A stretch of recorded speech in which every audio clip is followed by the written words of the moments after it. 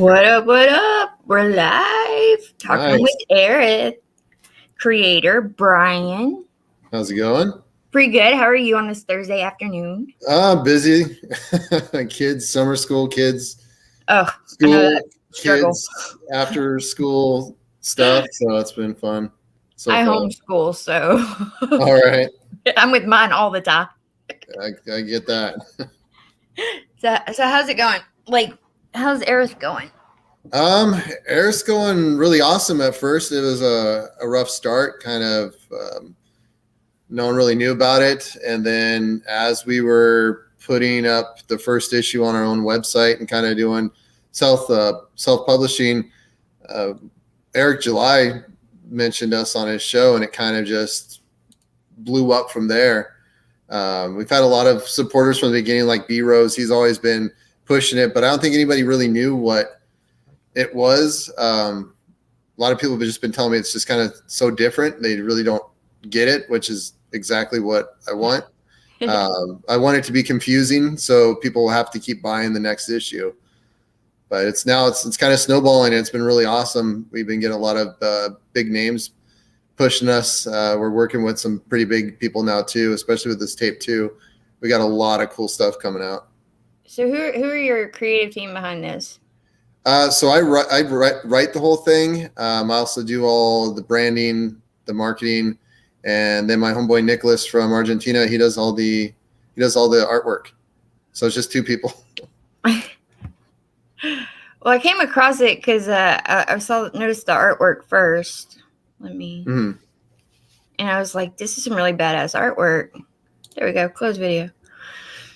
And so, and like some of the like logoing you have here caught my attention. And so, I didn't catch the first one, and so, like, I thought this was the first one, and when I looked at it, I was like, wait a minute. This is the second one. I missed the first one. Yeah, the first one you can still get it. It comes, everyone's this like box is becoming kind of famous now. But when you order the first one, the first tape, you actually get it comes in this tape case. And you can still get it on our website, airith.com, and you'll still be able to get it when we launch the campaign. The second campaign, we're going to have a catch-up tier. And it's also on Comixology as a PDF for $1.99, so people can still nab it. We're only going to print, I think, whatever we sell on the second campaign, and then double it, and that'll be the last printing for tape 1. And then tape 2, I think we're going to set like a 2,000 print limit for that one. We got a lot of crazy stuff going on for this campaign. We're going to be announcing more and more probably next week, but we got some items that I don't think anybody's seen before, and we're really excited to showcase what we're doing and kind of the level we're taking indie comics. For example, the basic tier that we're doing for the comic book itself, it's not just going to be, we need to hit 5,000 to do, top quality paper. We're right out the gate, top, high quality cover, high quality inside pages, and we're also going to be doing an emboss, either a gold foil or like a black foil for the logo on the cover. Because we really, coming from a marketing product background, I'm more interested at bringing up the level of the quality that we're giving readers and audience. So that's kind of been my goal, is hoping to introduce different ways of making comics more, and even more than what the big dogs can even display. So that's what I'm most excited about. Right on. I can dig that. Why don't you tell us, give us a little synopsis of what Airith's about? Oh, that's a hard one. People always ask me, what's the pitch for Airith? And I always say there is no pitch. It's more of me inviting you to this crazy journey. Airith is actually about almost 20 years of notes that I've taken since maybe even elementary school. I didn't grow up in a great part of town. Was always bullied, picked on, fighting, and there was really no way to express myself. So instead of raging out, I'd go home and either draw something that happened that day or write it out, and I'd almost turn it into a fantasy. So let's say I got in a fight one day, I'd come home and I'd write that out, but I wouldn't write, I got beat up. It was more, this main character was, ambushed by so-and-so. And in my own weird autistic way, I was developing this story to kind of, mentally protect myself emotionally from all the crazy stuff I was dealing with from elementary school all the way up through high school. And Airith now is what I tell people. It's a true story. Everybody in the comic is based off of someone in my life. It's just fictionalized, like to the max. Everybody in there is a real person that you would be able to meet in my life, especially with the tape 2. We're also launching a mini comic, and we're going to be doing it with each issue as well. There'll always be a mini comic kind of exploring the background of all the different characters, and we're going to base it off of situations that have happened in my life, but just like I said, fantasized a little bit to make it a little bit more enjoyable. So that's what Airith really is. It's not, there's really no pitch. It's more of, you want to check out my crazy, psychotic, autistic perspective of the world. This is what you're going to get. So I just hope people enjoy it. It's very, Latino community based, because that's what I grew up in. I was like one of 5 white dudes at school, so I have a lot of that influence in the book. What made you want to go with an 80s cyber rock space opera? So I've never left late 80s and early 90s since then. I just think that time period is just cool. It's just was raw, and it was realistic. It was tangible. Like, you touched everything, you saw everything, you communicated face to face and everything. That's kind of where I've always been stuck in the aesthetic. I've always just loved the late 80s, early 90s aesthetic. And with the comic, every issue we release, the tape itself, we release a soundtrack. We just released the soundtrack from tape 1, and it's cover songs from like 80s and 90s era music. So that's why we're calling it a space rock opera, because it's actually has the music aspect to it as well. So we're kind of intertwining a full medium. It's not just the reading, it's also the swag you're getting on top of the music you're getting. We're also working on our animated series and also working on our video game as well at the same time. So we're trying to create this whole world. We call it the radisphere of Airith, and it's not just the reading part, but it's this full, like I said, a journey of just insanity, really. That's pretty badass and different. Like, I don't think I've heard anyone else putting together a music album or a soundtrack for their comic.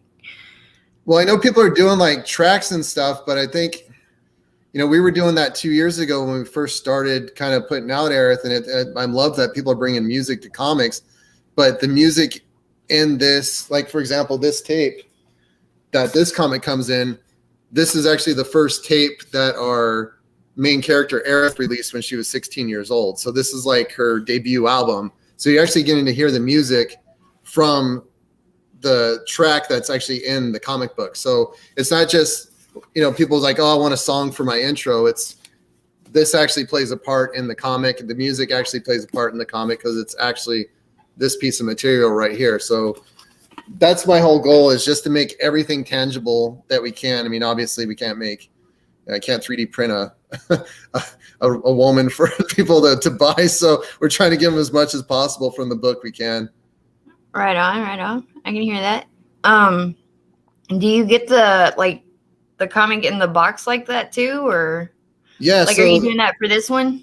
Yeah. So the second comic comes in a different tape, which is going to be a different soundtrack that we're recording right now. Inside the box, see it branded in there. It comes with a comic.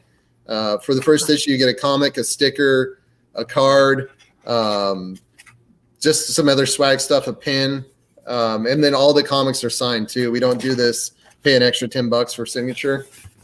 We just sign them either way, just for the standard price. So you're getting a lot for what we're asking for. I think our first tier for the next one is only going to be $20. You're getting retail about $60 worth of stuff. So we're really, like I said, we're trying to take any comics to a different level as far as product wise. I'm not the greatest writer. We got some cool artists. I think the story's it's a little different. There's really no Latina lead role in any of the comics. So we're just trying to be different and bring things up. Cool, man. So what kind of music did you listen to in the 80s? I'm going to guess rock, but. Everything. I grew up with a lot of gangbangers. So it was like rap. Oh, wow. But I listened to a lot of punk rock. I was into Crass, 7 Seconds, like old school punk rock. And we get some of the vatos to listen to the punk rock too. They thought it was funny. And then rock, of course. Listened to Johnny Cash in the 80s too. So oh, hell yeah. I was really involved in music. I've always loved music. Music's been like one of my biggest passions. Writing, I just kind of accidentally happened about 15 years ago. So, but music's always been my thing. And I've always wanted to make sure music is a part of the comic. There's a lot of music references in the comic, lyrics references in the comic. And we even make some of the rock stars from these actual gods in this comic too. So it's going to be really interesting. It sounds like it's got a lot going on with it. Yeah, it's we broke it down. B-Rose asked like, how big is this book? And it is around, the last time I checked, about 1,200 pages of notes. So I'm trying to fit this in to 52 issues. And the 52 number has a meaning. All these numbers, we have a lot of numbers in the comic too, and they all have meaning that makes sense on the last issue. So people will be seeing the number 52 a lot throughout the comic. So how many pages are each issue? So our first issue, we did it as a trailer, kind of a test. It was only 24. We're doing 48 for this issue. And for tape 3, we're trying to hit 64. Cool. And when are you looking to launch? So this Indiegogo is going to be June 15th. And then fulfillment should be September. Okay. So you got a pretty quick turnaround date there. Yeah, we like I said, coming from a production background, we really organized the product part to get out. We started writing this already 2.5 months ago. So before even launching, we wanted to make sure that we were already about 55-60% done. Cool, man. I'm digging it. Care if we watch the video you got up here? Yeah, if people are okay with vulgarity. No, you obviously haven't watched my channel yet. Okay, no. I do a midnight show, so okay, you can only imagine what goes on there. It's too late for me. You can only imagine what goes on there. Get a little crazy around here. All right, let me see if I can do this. No worries. Let me know if you can hear it.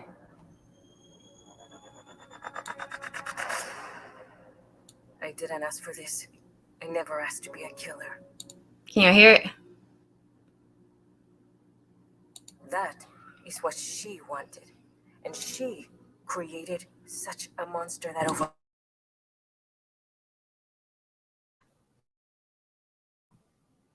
There's no sound.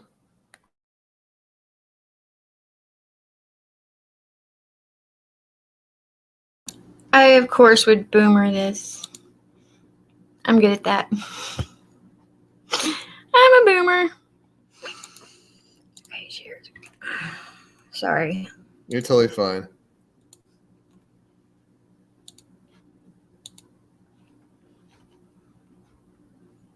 Eyes. The smell of the soul leaving the flesh. The That better? taste of the fear in their blood. I will never understand myself. At least he wants how to make a cyber-organic girl tingle in places that tingles can happen with a single cocky wink of the eye. Hell, he didn't even mind all the hairspray. What a winner. But he did give me love, and his love gave me light. His love gave me a reason. I once heard that love is selflessly giving your breath away to allow someone else to breathe. And I did that. He did that. But it was so mierda. And now, he must die, pinche gringo pendejo! You pissed off the wrong mujer, motherfuckers! I am asked the same question all the fucking time. What is it that I want? And the truth? Well, The truth is, all I wanted was what all girls that have a thirst for blood want. A goddamn Delia's catalog and some fucking tacos. And when I get a hold of you, te voy a meter el culo por la boca tan duro que vas a probar el desayuno de ayer por una semana, coño. Not even 10 sana colita de ranas could save you from my wrath. So yeah, she's pretty pissed off all the time.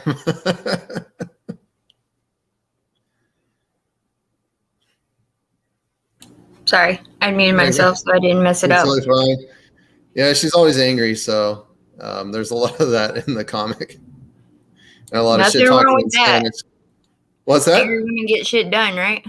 Yeah, that's what she's got. That's what she does. She's had a one language alone didn't have enough curse words for her. I'm reading the comments. That's freaking hilarious. Yeah, we have fun with the Spanish. It's interesting because even the people who don't know Spanish, they read it and they go, I don't understand what the hell I just read, but I know she's mad. So I'm kind of hoping to kind of sneak the Spanish in so everyone will go on Google Translate and see what she's saying and just really laugh. A couple of the Spanish speakers that have read it, they just totally completely laugh and they connect with her as a character because they've been told the same shit in their lives too from either their moms or their girlfriend or something. So it's just another aspect I'm trying to bring into the indie comic world that I don't see a lot. I know the guys at is it 656? Oh hell yeah! Alex, they're all cool. I'm working with one of them. They're doing the logo for our mini comic, and I know they're all in that community. So I'm hoping to see more from them as well. It's just kind of cool, and it's fun too because there's a lot of fun. There's a lot of funny things and kind of interesting things you can pull from that culture and put them into comics and really make people laugh. And that's kind of our goal. We want this to be a serious comic, but at the same time, there's a lot of humor in it as well. And we do tell people around tape 3, tape 4, it gets really dark and twisted. So what people have read already, they're expecting a funny, like Ryan Reynolds comedy, type comic. And then I'm sitting there maniacally laughing going, yeah, that's that's what I want you to think until shit hits the fan. And then you're going, how is this guy even allowed outside his house? So that's funny. I bet. Okay. So my question for you is, are you going to do like a Spanish version of this as well? No, we're just going to keep it the bilingual unless, we're going to keep it as is with the little bit of Spanish in it, unless it gets, Oliver, what's up, man? Speaking of 656, if we get a following in like Mexico and South America, a lot of, I'd say 95% of the people we work with are either from Mexico or South America, or they're Spanish speakers in the US. And it's kind of just happened that way. I don't know why. So if we do get, if we can get into that market, we'd love to do a pure Spanish version. But it's just not something we've thrown on the table yet. Right on. Maybe something to look into in the future.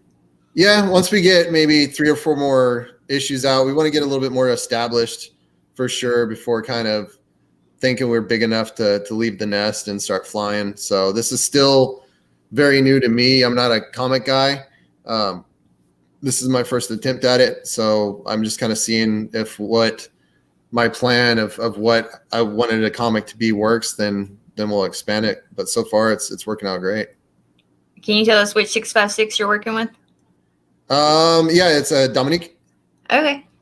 Yeah, I think it was Oliver, or I forgot who it was. They posted that he does logos, so I hit him up and just told him, I said I want 80s poster. And he's like, I know exactly what you want. He sent me one version of it and he got it. And I said, no revisions, dude. This is it. So I'm really excited to be throwing that logo that he did on there. We're working with, for the mini comic, or the mini series, I should say, comic, we're working with Gabriel Santos. I don't know if you've heard of him or seen him. Mm-hmm. But he did our he did the line work for the metal poster that we got. Oh, hold on, let me see this poster. He does really just awesome work. So he's going to be doing the whole comic for us too, for the mini series. So he's going to pencil it, ink it, and do the cover as well. So it's kind of really cool to be working with these dudes who are already at a higher level and allowing us to interact with them. We're the new guy on the street. So it's really awesome. Well, we all got to start somewhere, right? Like this is my first promo stream, so I'm still sitting here going, which buttons do I push? Okay, yeah, I was worried because the first, comic we did, I was like, crap, I either need to say I'm CG or I'm SJW, and I really don't care to be like, what we say is in the comic book, we have our own gang. It's Double Rainbow Death Punch. And I just tell people we're part of Double Rainbow Death Punch, and we're down to hang out with everyone. As long as they're not bitches, we're cool.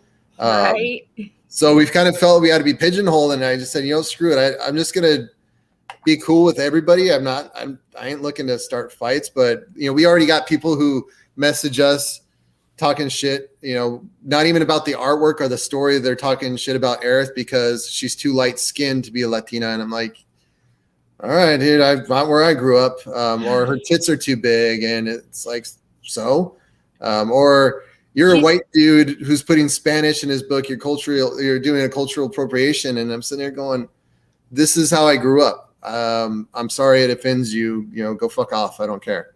So we're dealing with a lot of that through our I'm gonna tell you a little secret. It doesn't matter what you do, you can't please everyone, and everyone's gonna you're always gonna have people that are always gonna find something to pick it apart.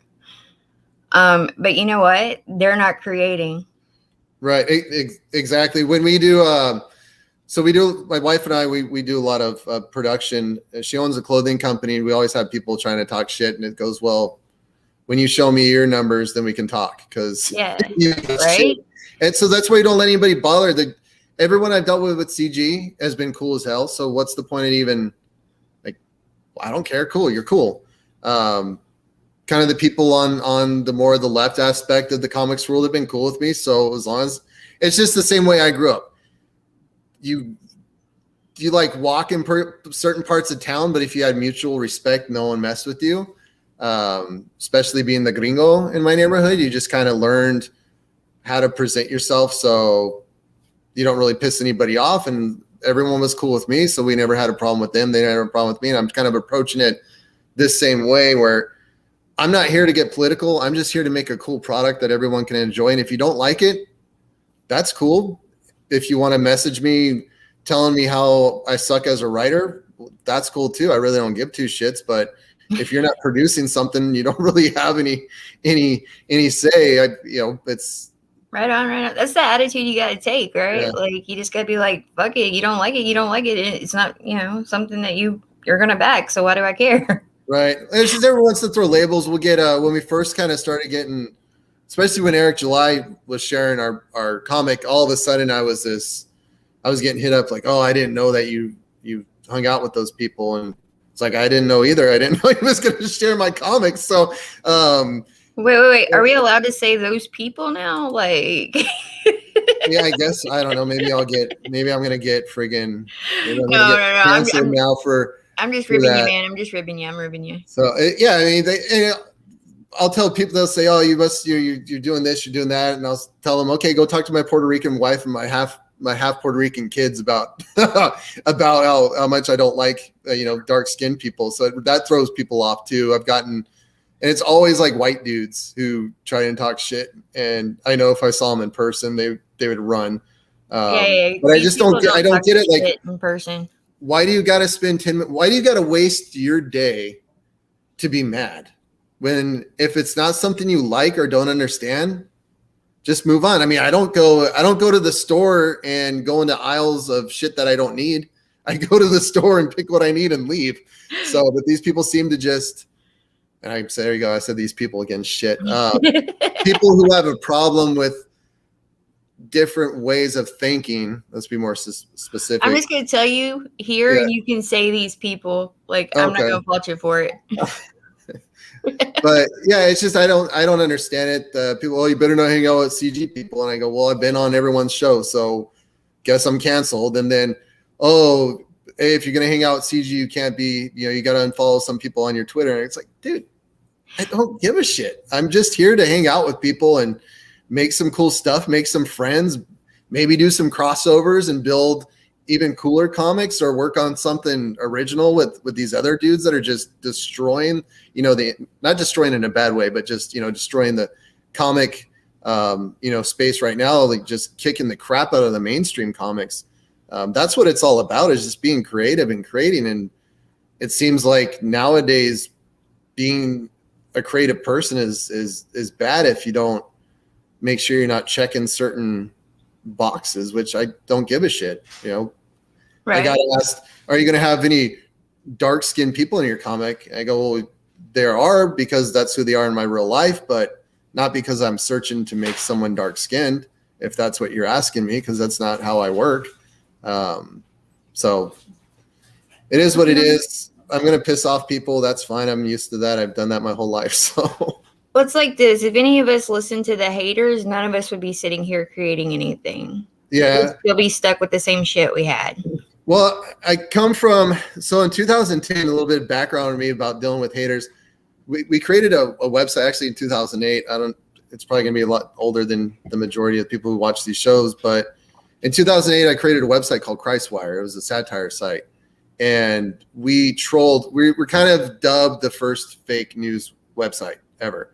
And we've trolled like every news station. So we dealt with so many haters. And when we released our book, we dealt with so many haters. So I've dealt with it before. And we've dealt with people, corporate level haters too, that have tried to sue us and, and do shit like that. So these little guys don't bother me. It's just annoying that there's so many of them. Like they wake up and go, who can I cancel today? And that's just stupid. Right. It's because they have no lives. Their lives is sitting on in front of a screen being douchebags. I'm going to say a very happy birthday to my friend Johnny Cage. I hope he's having an awesome fucking day. Today's his birthday, so. That's all. Is that what I think? I've been seeing everyone on Twitter wishing him a happy birthday. Johnny Cage is awesome. He's an awesome dude. He's been around for about as long as I have. Comics and stuff, or does he do comics and stuff, or? Johnny, you'll have to answer that one. Is Dragon Rage part of your, are you part of that, or were you just promoting it? Not sure. I have a Carlita. Carlita is one of my really good friends. Love her to death. I really enjoy my friends showing up to support. Nice. There's some support for you right there. Oh yeah. Eggplant always. What's up, El Gargoyle? Got a Jason Bascom in the house, but I think he went back to work. Yeah, he went back to work. And that's another crazy thing, the amount of people from all over the world that is within the community right now too, which is really cool. Are you able to network pretty well within the community, or? Yeah, I've been doing it. I just pop in here and there on channels.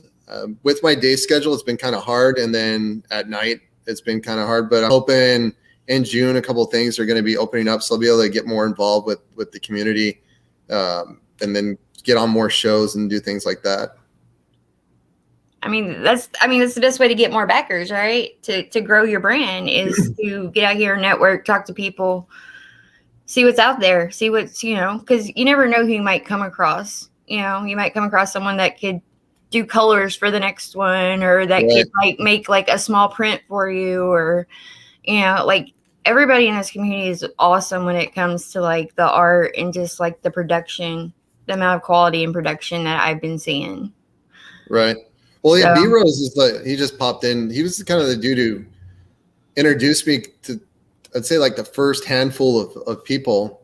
And then I was jumping in his channels and just meeting people that way. And then I think I was on Page One's channel, which that was really cool. Those dudes are really awesome. And then met a couple of people through there. They went on Hex's channel, met a couple of new people there. And everyone's just been kind of the same, really interested in what everybody's doing.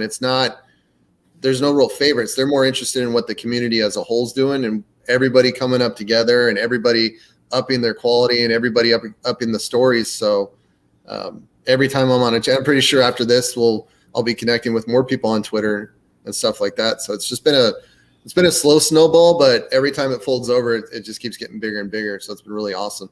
And that's really what you want. You want it to get, you want that snowball effect. Right. Like I said, the one thing that caught me with this was the art. Like this chick, she looks like a woman. She's beautiful. And I was like, I wonder if I can talk to this person about his comic Airith, because I want to know more about this. Because, like I said, I missed the first one, and so I didn't get to get it. So of course, on this one, I'm gonna get both. Oh, thanks, Johnny. Yeah, dude, Johnny, that was an awesome show, man. Those guys, like everyone on there, is just really. I wasn't expecting it because I never saw it, and they said pop on and popped on, and it was just everyone was really cool. Airith, to kind of give you more background on what she is, because it's more than just the comic. So she was, to kind of give background of what the character itself is. She is a former childhood pop singer and movie star who was an assassin too as a teenager. She was created by one of our characters called Mother, and she goes through and she was used as like a sex toy to get close to these targets, and they used her career to get closer to these celebrity targets so she could kill them. And we're going to be launching a mini series called The B-Sides to go through all of her assassinations that she's done too. Now she's an escaped mother. She's like, I'm done with this shit. So now she's on the run, and her whole purpose now is to kill Mother. That is like all she gives a shit, and tacos, to kill Mother and tacos. And there's going to be a lot of references of her like career, her failed career. And then that just kind of builds in a joke. And that's why we're releasing the tapes. And each tape will be either one of her albums that she released. We plan on actually doing a comic of her movies. So each like comic would be the full movie, that B movie that she did. So she's really complex, and she has all these areas that we can dive into to expand the brand. So once we're done with this main story, we have so much backstory content that we can go years and years and years on this. That's awesome, dude. Stripper drama. Yeah. Pill Rider's always got some stripper drama going on. Nice. So yeah, then and just the fact that, and we've noticed is what's really weird, which I did not expect at all. We were doing numbers of like people who've bought, people who've interacted with us most, and it's around 75% of our readers are female, which I was not expecting at all whatsoever. And our most hardcore fans are female as well. And I was thinking, okay, it's going to be this comic of this chick, and everyone's going to be like, oh, hot chick, dudes are going to be the readers. It hasn't been that way. So I'm trying to figure out, it threw my whole marketing campaign off. So now I'm trying to figure out how do I target this more to the people who are now reading this. That's way more than men are. So that was really interesting to find out. Now, am I right to assume that this is definitely not like teen friendly, probably more adult? No, it's not. It's not teen friendly at all. On Comixology, they labeled it 17 plus. Okay. So, yeah, it's definitely. I love writing the C word, and when I do writing, so I reserved it for. Who doesn't? Right. It's only used once in the whole comic, and I had to use it for tape 2. It was really hard not to put it in like every other panel. So it's tape 2 is going to be special when we drop that C word. And hell yeah, that's badass. There's a lot of foul language in here. When my mom wanted a copy, and I said, just don't let grandma see it, and just if you read it, don't tell me you read it, because I don't want I don't want my mom reading guacamole cum tits. That's not something you want your mom to read. Guacamole cum tits? Yeah, so that sounds like something I probably would say to my mom. It's we posted on Twitter that, our pages aren't the only thing that are colorful. And, we go into like deep, there's a conversation in tape 2 where they talk about lesbians, and it's just the most, not the right way of having a conversation about it, but it's a conversation that I've heard friends who've talked to their lesbian girlfriends that way. So it's really awesome to take these conversations and you be able to use them and go, no, this is real life shit. And this is how the people I interact talk. We're right.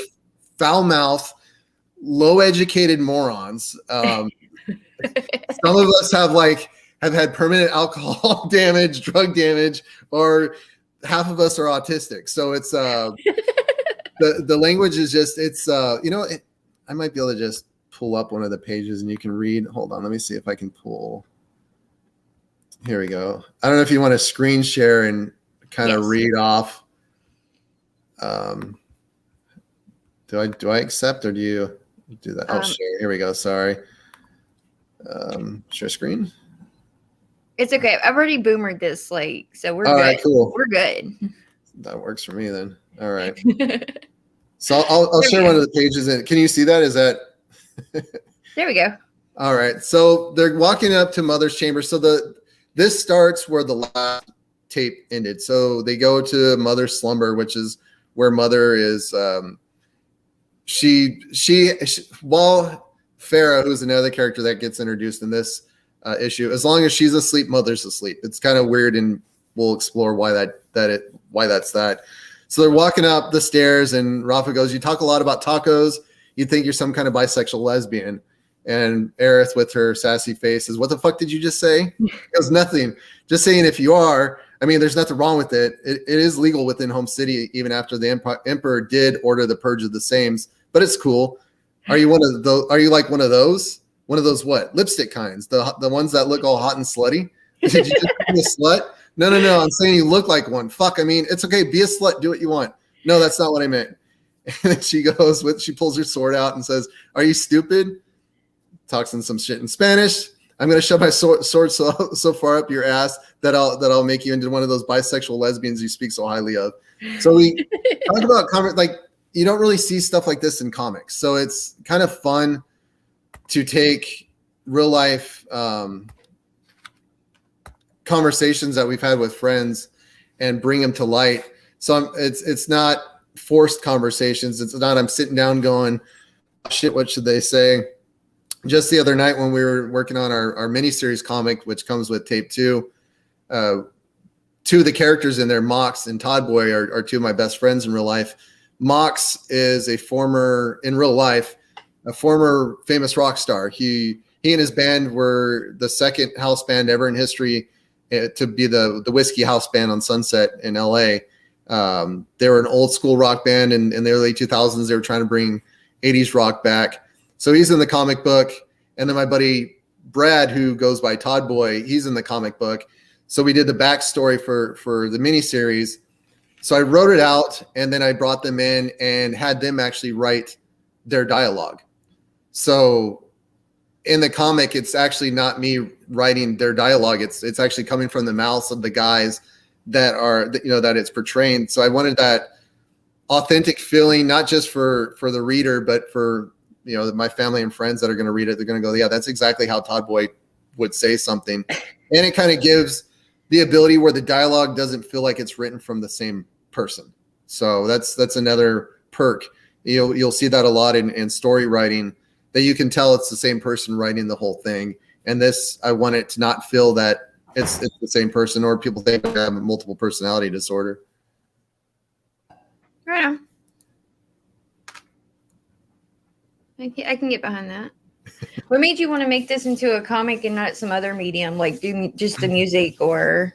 So we did start off as an animated series. And we do have our pitch video that's on our YouTube channel. It was based off a book that I wrote 2 years ago, the first time I wrote Airith.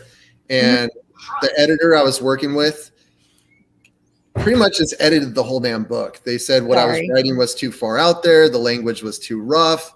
The concept was too crazy. It would take too many books to explain the plot.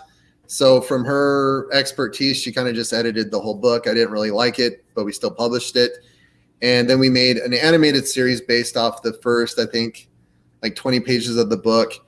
And it was cool and all, but it just wasn't the experience I wanted. The artwork wasn't, it was cool and all. It's great. People like it for what it was, the animatic that it was. It was really awesome. It just wasn't what I envisioned. And then when I was talking to people about how expensive animation is, I was going, shit, I need to make comic books to save money and raise money. And the comic book idea was actually from a friend of mine who said, "Hey, dude, your story is awesome. Turn it into a comic book, and if the comic book works, save money from the comic book, and then do some animated shorts, which we're working on right now. We're going to do like 2-3 minute animated shorts that back up the comic as well, like backstories and stuff. So that's in the works. And then our video game that we're working on. Tell me about the video game. So the video game it's called Radr, R-A-D-R, which means really awesome death racing. That is going to be based off of the death races that happen within Airith. So there's a chapter in the book where they kind of experience the death races. Rafa has to win at one of the death races. He's a former death race badass champion. So the game is going to be based off of those tracks and the vehicles. So let me see if I can screen share again. I can pull some of the vehicles out. Let me find the folder if I have it on this computer. 1 second. I mean, you get to ride a robot dinosaur, which is pretty Who doesn't want to ride a robot dinosaur, right? Hold on, let me Now, can I attack things with the robot dinosaur? So the video game, there's going to be multiple ways to win. One, build and modify your vehicle to win laps, or two, build your vehicle to destroy other people so they can't finish the race, and then you just win by killing everybody. So those are. I'm done with that one. Those are. Here we go. I'll destroy everything. I'll show off Bastard real quick. 1 sec. Let me pull up the right file, and then I'll screen share. All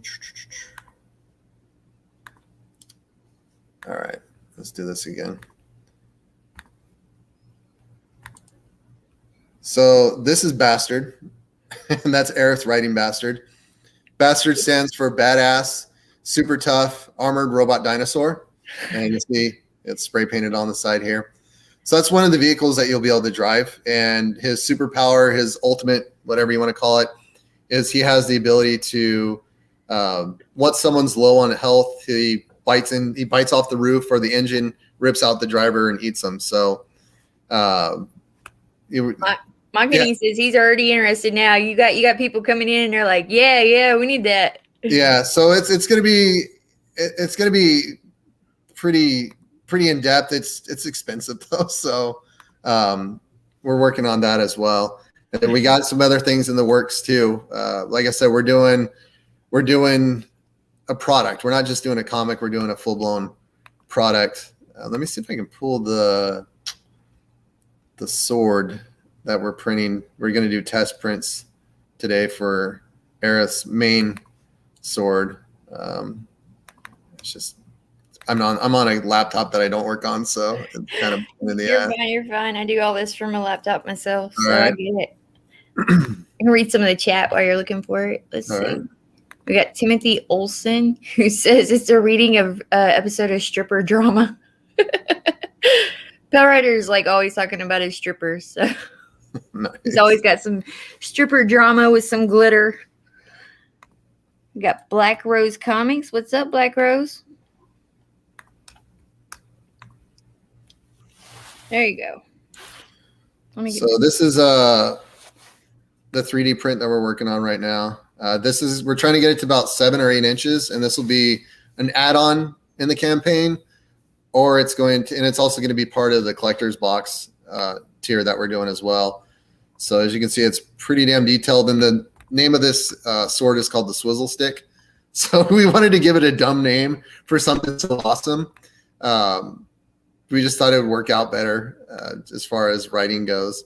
So this is going to be really damn huge, and we're hoping people enjoy that little piece. And as far as also too, we're going to be doing. I announced on B Rose's show last week that we were going to do 3D prints as a tier or an add-on for the campaign. I said, you know what, screw it, let's do a lottery. Yeah, B Rose 7 8 inches. We're going to do, so we have these hand painted. This is Airith in her Skyfire form. Oh, hold on. Let me make it big. Yeah, sorry. Yep. So we have 50 of these done already, and I was going to sell them, and I said, you know what, let's get this. I want people to really enjoy this story. So we're going to throw 50 of these in free, like a lottery. So that's just cool. 50 random people. We have a Rafa poly print that we're just going to throw in to 50 random people. And then we got Todd Boy, who's huge, massive. We're going to throw 50 of those in. We're going to get these hand painted though too. So I just figured give people more stuff. You know, it's about the readers. It's not about us. And we should be giving people experiences, not just, hey, read my comic, dude, so I can put out another one. It should be, it's us. You know, we got to look at it this way, is people are giving us a chance to we're taking their time from them, really. So let's give them their time's worth. Let's give them cooler covers. Let's give them free 3D prints. Let's give them cool boxes. Let's do custom tissue paper in the boxes, which we do in our comic. The tissue paper is skulls, you know, on the tissue paper.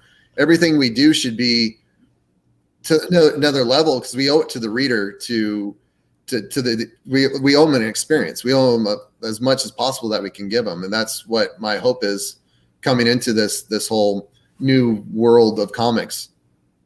Well, see, as a backer, I'm someone that like, I love the art and I love like a good story, but I'm all about that swag. And I'm all about that swag. So like you had me when you were talking about like 3D print posters and, you know, statues and all kinds of stuff. I'm like, yes. Yeah, we got stickers almost done. So those will be out. We're working on different kind of prints on different materials. We got 2 items that we're going to probably showcase next week that we looked and haven't found any campaign doing them. So we're really excited to showcase these. And then we're working on another item that we have to work on the rights with one of the main gaming consoles to see if they will let us do it. Right on. But yeah, that's where we're trying to we were showing, even with the basic package, like the $20 that you're going to spend for the basic package, you're going to get $60 worth of stuff if it was retail.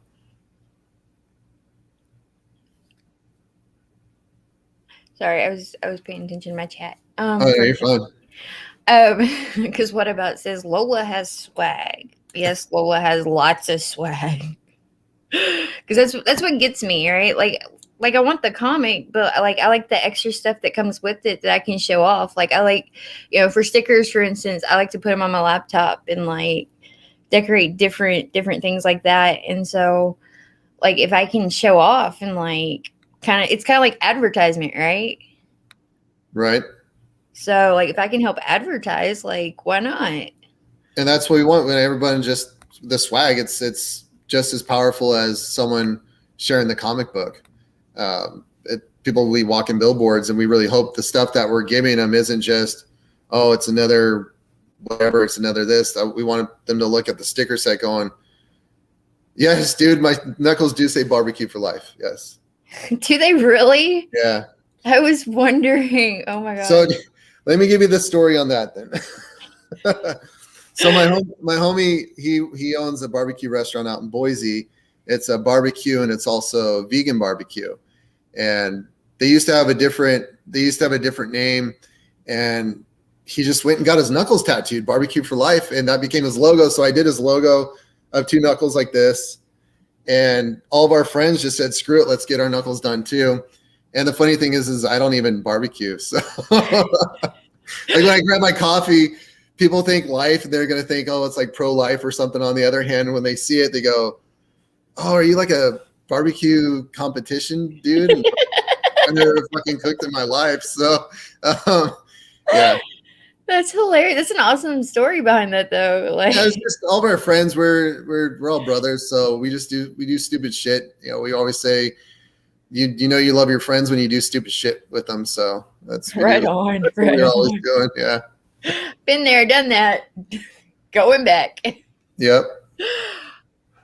Oh my goodness. So what I want to tell everybody that's here right now is to go sign up so that they can get the updates for when it launches. Right. To get that swag when it launches. It's got freedom. Nice, dude. Sorry, reading your chat. It's funny. What did he say? I almost got freedom. Yeah. That's cool. Oh, God. That's almost like the regrets tattoo that in that commercial, like where it says regrets, but it says regrets backwards. Oh, yeah. Isn't that what it's like? Has on her chest? Yeah, No regrets? Yeah. That's what freedom makes me think. And we are working. I will say too, we're working on a mystery poster if we can hit a certain funding goal, only because it is going to cost a lot of money to produce. We just got our quote back this morning, and I I said this is almost as much as the comic takes to make, but we think it's cool enough to where we would just, even though it's all of our profits from tape 2, we would just dump it in for this poster because we think it would be worth doing it for the readers. Like I said, we're just here for the readers. We want them to make something really enjoyable.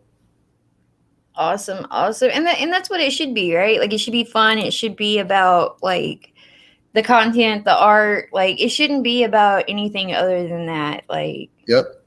Like give us a good story and you know, bring us in. That's what it should be about. It shouldn't be about all the check marks and boxes and all the other bullshit. Right. Like you catch my eye, like if you have a female character, you catch my eye when she looks like a female. Just saying. That's how they're supposed to look though, right? Just saying. I watched that one with the what was it, Star Wars girl did the pose showing that was like a realistic pose, and just reading the comments, I was just going, man, do people, I shouldn't even say it, like, do people got jobs? I mean, I don't even, like, how do you I feel like social media has made us all dumber. Yeah, that's true. But I just thought it was funny. People were looking at a real picture saying that's not a real pose. And I'm going, bro, it's a real girl though. How is it not real? I don't like get she's this actually logic. Doing it. Yeah, logic is something that's missing in a lot of people's arguments lately. So pretty much.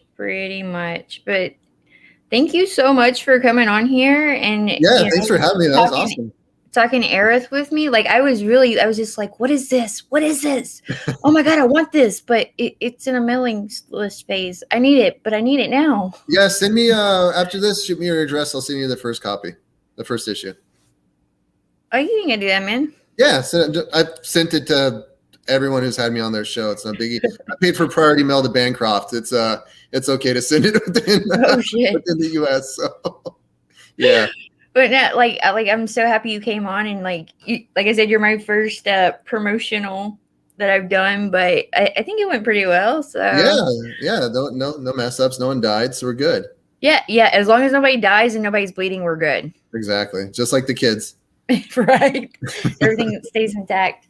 Yep. But so I just want to say thank you, chat, for coming out. I had Eric came in. We had Black Rose. Makani was still here. He said he's looking forward to it now. Nice.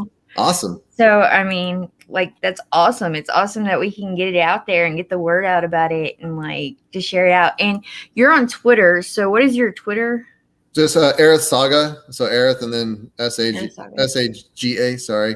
So everybody go follow Airith Saga on Twitter and check out the updates and watch for it for when it launches.